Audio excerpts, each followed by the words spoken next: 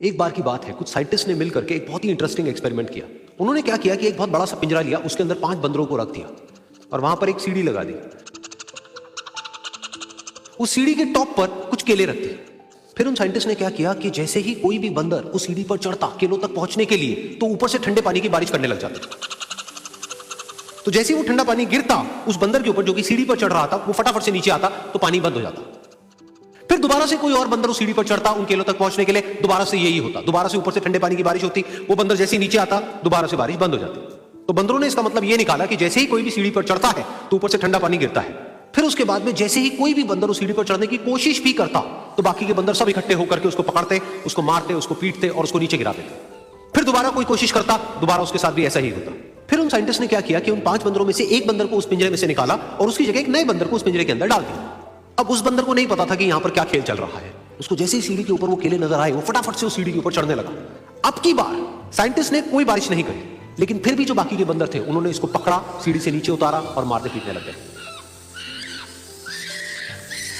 इस बंदर को समझ नहीं आया कि मेरे को क्यों मारा जा रहा है, तो उसने दोबारा कोशिश करी। जैसे उसने दोबारा कोशिश करी, दोबारा से उन 4 बंदरों ने वही किया। तो अब इस नए बंदर के दिमाग में क्या बैठ गया कि सीढ़ी पर चढ़ना मना है, अगर सीढ़ी पर चढ़ते हैं तो मार पड़ती है। उस सीढ़ी पर चढ़ना क्यों मना है और क्यों मार पड़ती है वो उसको नहीं पता था, बट उसके दिमाग में ये बैठ गया कि इस सीढ़ी पर नहीं चढ़ना है, ना किसी को चढ़ने देना है। फिर दोबारा से उन साइंटिस्ट ने क्या किया कि जो पुराने 4 बंदर थे उसमें से एक बंदर को निकाला और एक नए बंदर को उसी जगह पर डाल दिया। अब इस नए बंदर ने भी वही किया जो इससे पहले वाले ने किया था, यानी कि वो भागता हुआ गया, उस सीढ़ी के ऊपर चढ़ने की कोशिश करी, उन केलों तक पहुंचने की कोशिश करी। बाकी 4 इकट्ठे हो गए और उन्होंने उसको मारा पीटा, सीढ़ी से नीचे गिरा दिया। उसको कुछ समझ नहीं आया, उसने दोबारा कोशिश करी, दोबारा उसके साथ यही हुआ। और अब इस बंदर के दिमाग में भी यही बैठ गया कि सीढ़ी पर चढ़ना मना है और सीढ़ी पर चढ़ने से मार पड़ती है। फिर साइंटिस्ट ने एक एक करके जो पुराने 3 बंदर बचे हुए थे उसमें से भी एक एक करके उन बंदरों को निकाला और उनकी जगह पर 3 नए बंदर आ गए। अब ये 5 बंदर नए थे और किसी को भी ये नहीं पता था कि वो सीढ़ी पर चढ़ना मना क्यों है, लेकिन उन सबके दिमाग में बैठा हुआ था कि सीढ़ी पर चढ़ने से मार पड़ती है। तो कोई भी कोशिश नहीं कर रहा था, जबकि अब कोई ठंडे पानी की बारिश भी नहीं हो रही थी। वो चाहते तो आराम से उस सीढ़ी पर चढ़ते, केले तोड़ते और आपस में बांट करके खा लेते। बिल्कुल ऐसा ही हम लोगों के साथ भी होता है, यानी कि इंसानों के साथ भी होता है।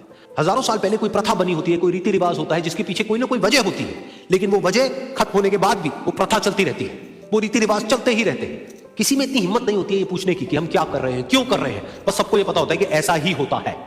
तो वो एक्सपेरिमेंट जिसके बारे में अभी मैंने आप लोगों को बताया, यानी कि वो बंदरों का एक्सपेरिमेंट, उसमें तो बेचारे बंदर हैं, जानवर हैं, उनको नहीं पता है कि क्वेश्चन कैसे पूछते हैं।